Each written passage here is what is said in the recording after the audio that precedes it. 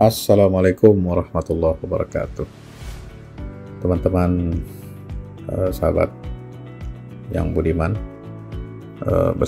kembali lagi bersama saya di vlog Musafir Dakwah. Kita kali ini akan mengunjungi situs peninggalan Hindia Belanda atau VOC sebelumnya, itu di kota Jakarta Utara, yaitu Museum Bahari.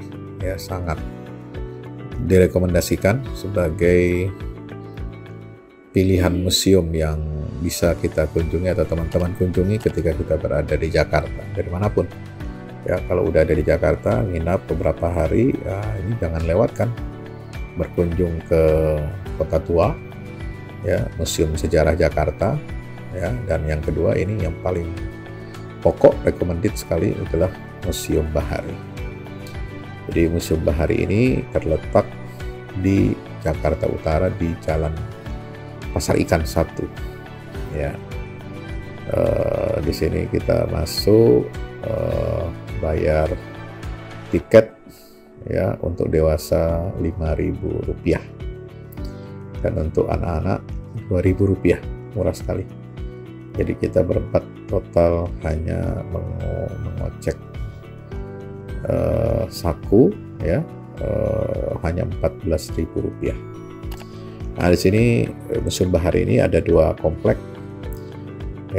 yang berada dalam satu kaitan wilayah, hanya dipisahkan dengan jalan. Jadi komplek pertama adalah komplek Menara Syah Bandar. Ini diresmikan tanggal 13 Desember 1978.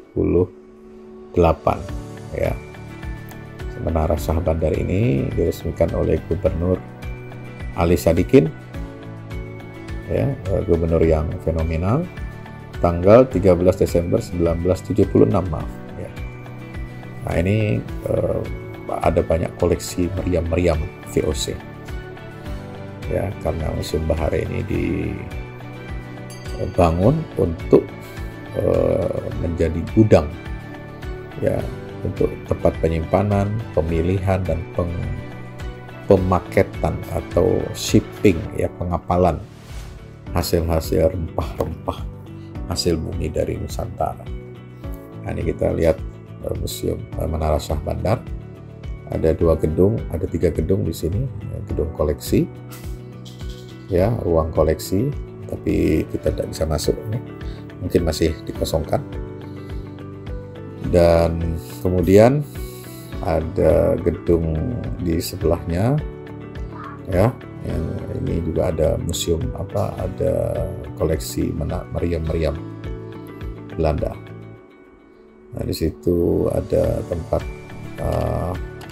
istirahat, ini dulu mengarah langsung ke laut. Ada toilet, ada kantin, kemudian juga ada Menara Syah Bandarnya. Nah, ini untuk menara pengawasan. Menara Syah Bandar itu menara pengawasan untuk mengawasi kapal-kapal yang hilir mudik datang bongkar muat di pelabuhan Kota Batavia atau Sunda Kelapa sebelum berubah namanya menjadi Jayakarta, lalu dirubah oleh VOC Jan Pieterszoon Koen itu menjadi Batavia. Jadi teman-teman, Museum Bahari ini sangat bagus sekali untuk kita kunjungi, karena museum ini adalah salah satu museum tertua di Indonesia yang usianya sudah lebih dari 300 tahun dan pertama kali didirikan oleh VOC Belanda. Dan koleksi Museum Bahari ini juga sangat banyak, ada 126 koleksi benda-benda sejarah kelautan. Ada di Menara Syah Bandar ini juga Tugu Nol,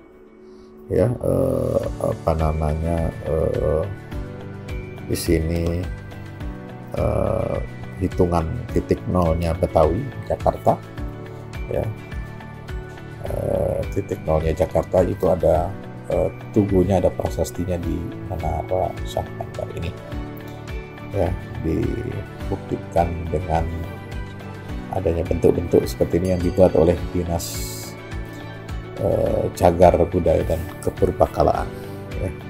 Meridian utama Batavia ini ada prasasti Cina bertuliskan aksara Cina, ya, menjadi bukti bahwa ini adalah kota penting, ya, kota lintas benua yang menjadi tujuan para pedagang dari seluruh dunia.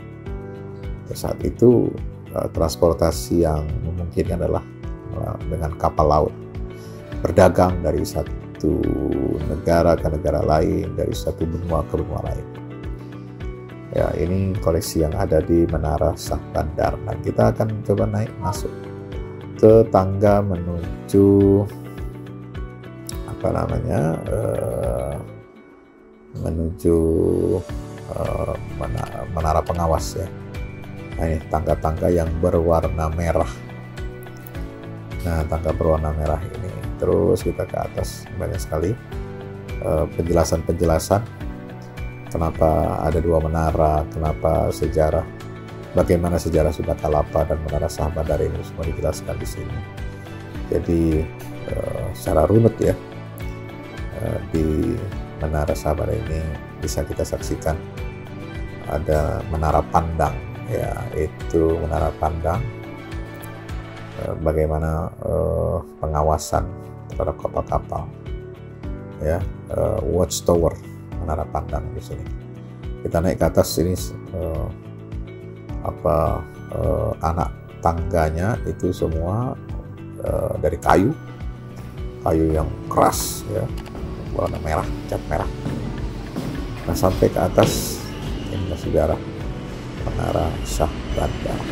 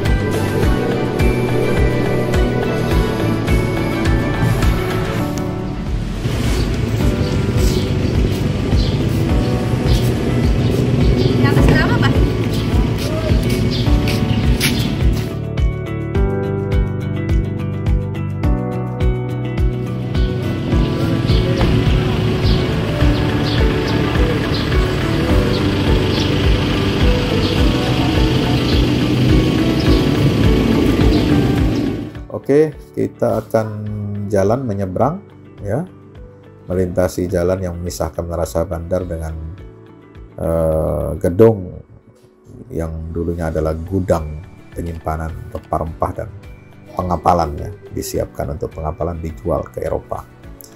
Ini di Jalan Pasar Ikan, ya. Nah, kita masuk di sini. Inilah gedung wilayah kedua dari Museum Bahari, yang merupakan inti daripada Museum Bahari itu di sini. Ya, ini gedungnya berwarna putih, ya, ciri khas gudang-gudang yang dahulu digunakan. Nah, ini kita masuk. Ada contoh model jangkar kapal di depan. Ya, ini pintu terbang masuknya. Dan ini ada pelang unit pengelola Museum Bahari. Ya, kita masuk ke Museum Bahari di sini. Ya, masuk di sinilah Museum Bahari itu terdapat banyak sekali koleksi benda-benda sejarah kelautan. Ada 19 koleksi perahu-perahu asli, perahu-perahu tradisional, ya. Kemudian 126 koleksi benda-benda sejarah kelautan, ada 107 buah miniatur, ada banyak sekali foto-foto bersejarah di sini. Ya, bagaimana sejarahnya Museum Bahari ini didirikan? Yaitu pertama kali dibangun di masa kepemimpinan Gubernur Christoffel van Swol. Ya, itu tahun 1652. dibangun. Gedung pertama dibagi menjadi dua, komplek gudang sisi barat. Itu tahun 1652 sampai 1771, dan komplek gudang sisi timur. Nah, komplek gudang di sisi barat ini memiliki 4 bangunan yang 3-nya sekarang itu digunakan untuk museum. Dulu difungsikan untuk tempat menyimpan, memilih, menjemur, dan mengepak, packing ya, banyak rempah-rempah dari Nusantara seperti pala, tembakau, kopra, kayu putih, cengkeh, kayu manis, dan lada. Ya, tidak hanya berbagai macam rempah, tapi juga ada kopi, teh, dan lain sebagainya, bahkan timah. Barang-barang ini disimpan dulu sebelum diangkut ke banyak pelabuhan di Asia dan Eropa. Luar biasa, ya. Beberapa gudang dibentuk lagi akhir abad 17, tujuannya adalah untuk menambah jarak antara tembok kota dan gudang-gudang. Renovasi ini ditandai dengan adanya tanggal tersebar pintu museum yang dikabarkan tanggal kapan gudang diperbaiki, kapan terjadi perluasan ataupun penambahannya. Bahkan ya, Belanda dulu menyimpan pasokan tembaga dan timah di antara komplek gudang dan tembok kota di depan museum. Pelindung kayu yang sangat tebal dipasang di depan gudang untuk melindungi logam yang disimpan dari air hujan, badai laut tropis, dan serangga seperti rayap. Pelindung ini juga digunakan oleh para penjaga untuk berpatroli karena jalan di tembok kota yang sempit. Pelindung kayu diikat ke lantai 2, gudang menghadap ke Sungai Ciliwung. Nah, tadi kita sudah mengunjungi Menara Saha Bandar ya. Jaraknya hanya 50 meter dari Museum Bahari. Nah, kemudian sejarah Museum Bahari di masa pendudukan Jepang ini digunakan sebagai tempat menyimpan logistik tentara Jepang. Ya, juga menyimpan senjata dan bahan pangan. Lalu setelah kemerdekaan bagaimana nasibnya? Ya, setelah Indonesia merdeka, bangunan ini sempat digunakan oleh PLN dan PTT untuk menjadi gudang. Masih dalam bangunan yang sama sejak VOC, barulah Museum Bahari diresmikan pada tahun 1977 oleh Gubernur DKI Jakarta Bapak Ali Sadikin, lengkap dengan menara-menara kawal VOC di dalamnya. Ini ada contoh banyak sekali replika-replika kapal-kapal yang legendaris. Ada kapal Pinisi, ada kapal Portugis, ya, ada kapal Majapahit, ada kapal Sriwijaya, dan seterusnya. Bahkan kora-kora, kapal kora-kora ya dari Maluku. Nah itu, nah, ini kapal dari Portugis ya. Nah, teman-teman, Museum Bahari saat ini bagaimana? Itu menyimpan berbagai macam jejak kekayaan bahari Indonesia, tapi sayangnya pernah mengalami kebakaran pada tanggal 16 Januari 2017. Dan meski demikian, setelah direnovasi selama sekian tahun ya, tahun 2022 ini sudah bisa dibuka full. Ya, ini contoh bagaimana pelabuhan kota Banten di masa dulu, di masa silam ya. Kerajaan Banten itu punya kota pelabuhan. Ini pelabuhan kota Makassar. Ya, pelabuhan Makassar, Benteng Somba Opu, Sulawesi Selatan. Ya, itu menjadi pusat pelayaran dunia juga. Sama seperti Batavia. Jadi ada 3 pelabuhan utama di Nusantara ini. Batavia, Banten, dan Somba Opu di Sulawesi Selatan. Nah, ini contoh kapal-kapal Belanda. Jadi teknologi ya, pelayaran Belanda, Eropa, dan Nusantara ini kemudian dipadukan. Dan hasil-hasilnya bisa kita lihat miniaturnya di Museum Bahari ini. Jadi museum ini cukup ramai dikunjungi wisatawan, tapi alhamdulillah pas saya datang kemari tidak terlalu ramai ya.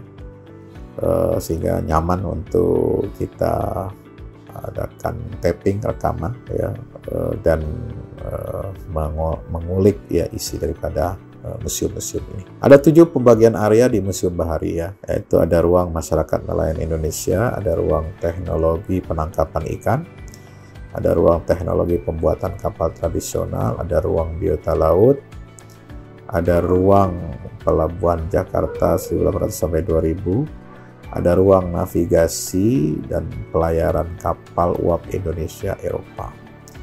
Jadi museum ini menyajikan perlengkapan penunjang pelayaran seperti jangkar, teropong, alat-alat navigasi, model-model mercusuar, dan aneka ragam meriam. Ya, seperti itu. Nah, kita lihat, kita nikmati ya kapal-kapal, miniatur kapal-kapal yang ada di Museum Bahari ini. Berikutnya kita akan melihat di sini komplek dalam, bagian dalam dari Museum Bahari. Memang kelihatan betul ya daerah gudang-gudangnya ini. Ya, memang dibangun ya untuk difungsikan sebagai gudang. Jadi bentuknya jendelanya lebar-lebar, ada 2 lantai ya, ada model jangkarnya ya, kemudian atapnya tinggi-tinggi dengan ada bentuk atap yang membuka untuk memasukkan sirkulasi udara ke lantai 2. Subhanallah. Ya, inilah keindahan dan keunikan, sekaligus keunikan dari komplek pergudangan yang sekarang jadi Museum Bahari.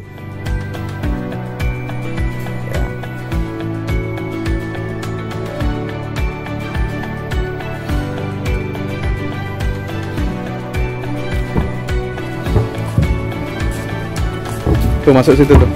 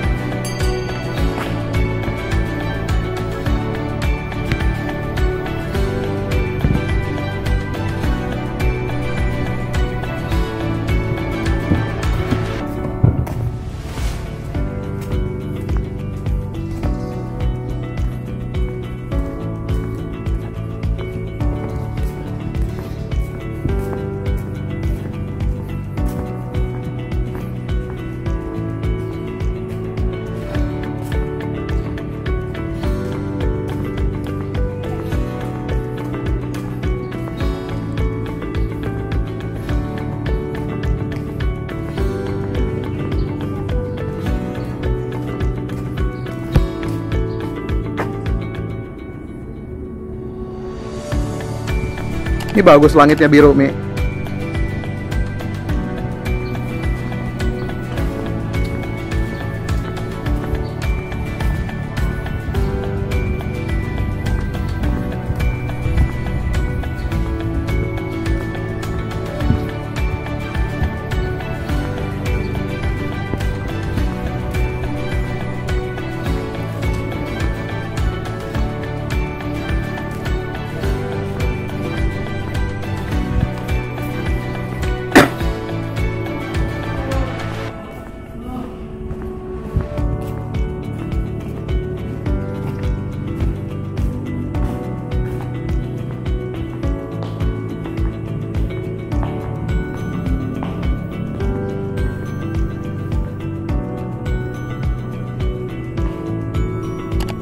Setelah kita menyusuri eksterior atau ruang bagian luarnya, kita akan masuk ke dalam menengok bagian dari Museum Bahari ini seperti apa. Yaitu ada banyak sekali gedung-gedung di sini. Kita masuk di antara itu gedung ruang biota laut ya.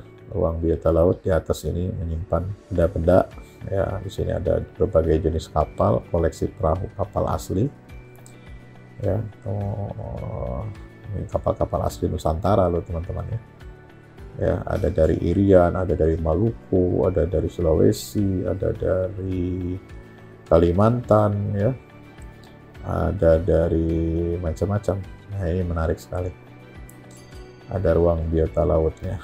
Nah, ini contoh bagaimana situasi kondisi museum yang ada di Museum Bahari, terutama di ruang biota laut. Ya.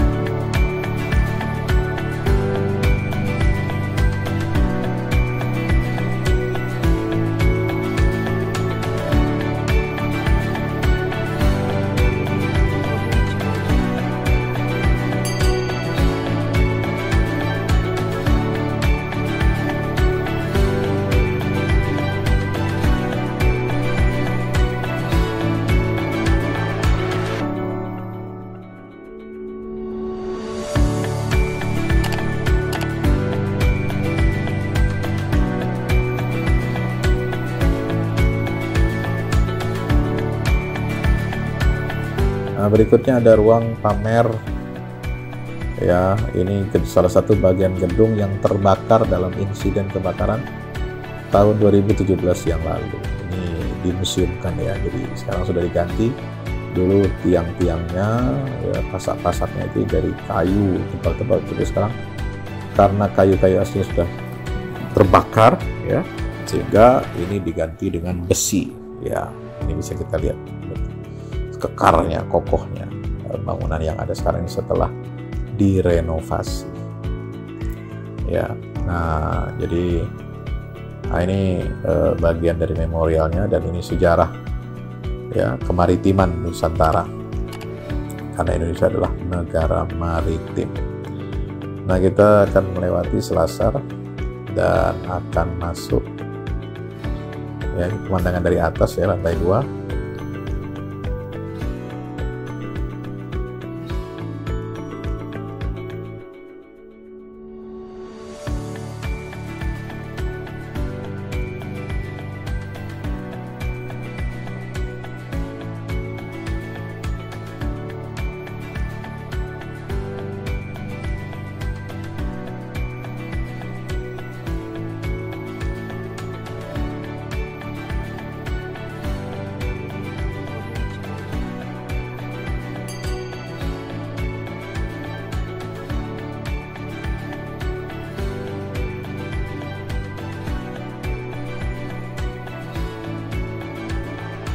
Dan kita akan masuk ke ruang penjelajah-penjelajah asing. Ya, mulai dari ada di sini ada diorama Laksamana Malahayati, Laksamana Jenderal Admiral Angkatan Laut pertama dari kalangan wanita perempuan. Beliau ini dididik di Akademi Militer Kesultanan Utsmaniyah di Istanbul, Turki. Memiliki kemampuan bertarung ya yang sangat luar biasa. Kemudian ada pelaut-pelaut dari Eropa. Ini ada dioramanya. Ya, bagaimana Abel Tasman, kemudian William Blake ya, itu merencanakan sebuah petualangan dari Eropa ke negara-negara Asia. Sini ada pahlawan Sunda Kelapa, yaitu Fathahillah, yang menyerang dan merebut pelabuhan Sunda Kelapa. Sunda Kelapa ini berubah menjadi Jayakarta. Beliau ini seorang putra bangsawan keturunan kelahiran Pasai, maka disebut juga Ratu Pasai, ya, menantu Sultan Gunung Jati atau Sunan Gunung Jati, salah seorang wali Songo dan Raja Kesultanan Cirebon. Nah, ini pendatang-pendatang Eropa ya dari Belanda ya yang berupaya untuk datang menguasai perdagangan rempah-rempah. Kemudian ini ada Vasco da Gama dan Magellan. Ya, ini ada ruang bagian rempah-rempah. Ya, ini para petualang dari Portugis ya. Kemudian ada dari China juga Laksamana Cheng Ho. Ya, ini ada dioramanya di museum ini. Luar biasa. Kemudian ada gambar bagaimana Cheng Ho ya bersahabat dengan kerajaan-kerajaan di Nusantara dan sebelum kedatangan VOC. Ini ada petualang dari Arab ya, dari Maroko, yaitu Ibnu Battuta yang sampai ke Nusantara, tepatnya ke Pulau Sumatera. Beliau juga sampai ke Kepulauan Maluku ya, mencatat perjalanannya itu sampai bahkan ke Irian. Ya, maka dinamakan orang Irian itu dengan Oryan, jadi orang yang telanjang tidak pakai pakaian. Sumatera disebutnya dengan Jaziratul Andalus, makanya Andalas ya, Andalas itu sebutan untuk Sumatera. Pulau Andalas itu mengingatkan Ibnu Battuta kepada kerajaan atau wilayah kerajaan Islam di Andalusia, Andalus Spanyol, yang sekarang masuk dalam wilayah kerajaan Kristen di Spanyol. Jadi catatan Ibnu Battuta itu luar biasa. Beliau sudah sampai Nusantara. Nah, ini bagaimana perdagangan dari Belanda ingin menguasai monopoli ya, perdagangan rempah-rempah di Nusantara. Ini dioramanya bagus sekali untuk pendidikan sejarah ya, buat anak-anak kita yang harus kita tanamkan nasionalisme, kebangsaan, dan tanamkan rasa percaya diri tentang Islam, sejarah Islam di Nusantara.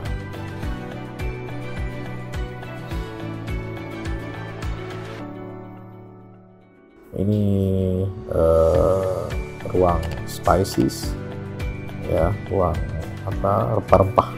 Ada puluhan jenis rempah-rempah yang dipamerkan di sini, mulai dari pala ya, kemudian cengkeh ya, kunyit, palawija, dan seterusnya.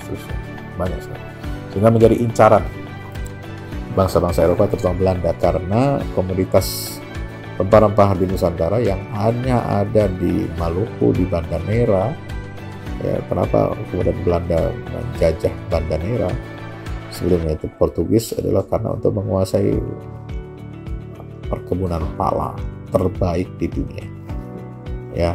Itu karena harganya sangat mahal di Eropa. 1 gram rempah-rempah pala cengkeh itu harganya lebih mahal daripada 1 gram emas. Untuk apa? Fungsi rempah-rempah di zaman dulu jadi rebutan bangsa Eropa untuk dijadikan sebagai alat ya, untuk mengawetkan makanan. Yang kedua, untuk menjadi obat-obatan herbal ya, untuk memberantas penyakit-penyakit menular di Eropa. Ya, itu hanya bisa dengan rempah-rempah. Nah, ini jadi harganya sangat mahal komoditas ini. ya. Dan pendakwah Islam, jadi Nusantara ini menjadi arena pertemuan budaya-budaya besar dunia, agama-agama besar dunia ini bertandang ke Nusantara untuk merebut hati ya bangsa Indonesia yang ada tinggal di kepulauan-kepulauan Nusantara ini. Dan alhamdulillah Islam menjadi agama yang mayoritas dipeluk oleh mayoritas bangsa Indonesia. Bukan karena iming-iming uang, bukan karena perlindungan dari kekuasaan, tapi Islam datang membawa misi rahmatan alamin, mengetuk hati sanubari bangsa Indonesia, dan mereka berkomitmen untuk mentauhidkan, mengesahkan Allah Subhanahu wa taala. Itulah nilai-nilai agama Islam yang sangat egaliter. Semua tunduk hanya kepada Allah, bukan tunduk kepada sesama manusia. Teman-teman, itulah perjalanan singkat kita Museum Bahari Kota Tua Jakarta. Terima kasih telah menyimak vlog ini, mudah-mudahan bermanfaat. Wassalamualaikum warahmatullahi wabarakatuh.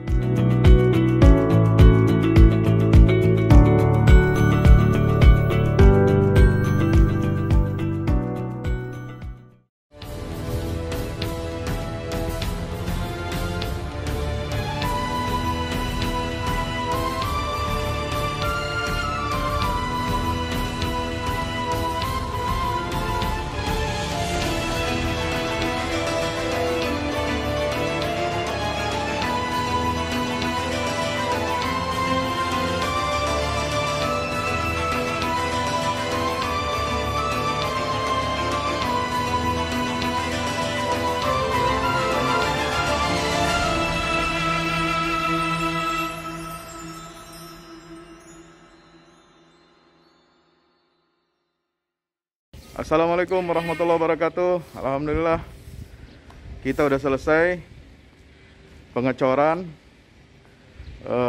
rooftop ya. Itu apa? Tangga buat ke bawah. Yang ini di atas buat toren 2 biji. Ini semua udah dikeliling tembok. Ya, ini untuk lantai paling atas buat futsal, buat jemuran, buat apa, tanaman hidroponik juga ntar insya Allah ya. Terus support ya teman-teman. Alhamdulillah terus selesai pengecorannya semuanya ya. Ini progres kita terbaru, dan jadi buat olahraga, buat utilities ya, multiguna. Nah, kita turun sini semua. Ini lantai 3. Ini untuk asrama ya, untuk kamar-kamar, dan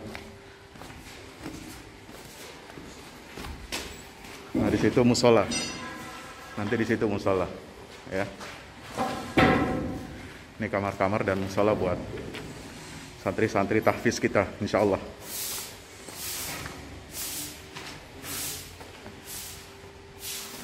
Nah, ini lantai 2 kita turun.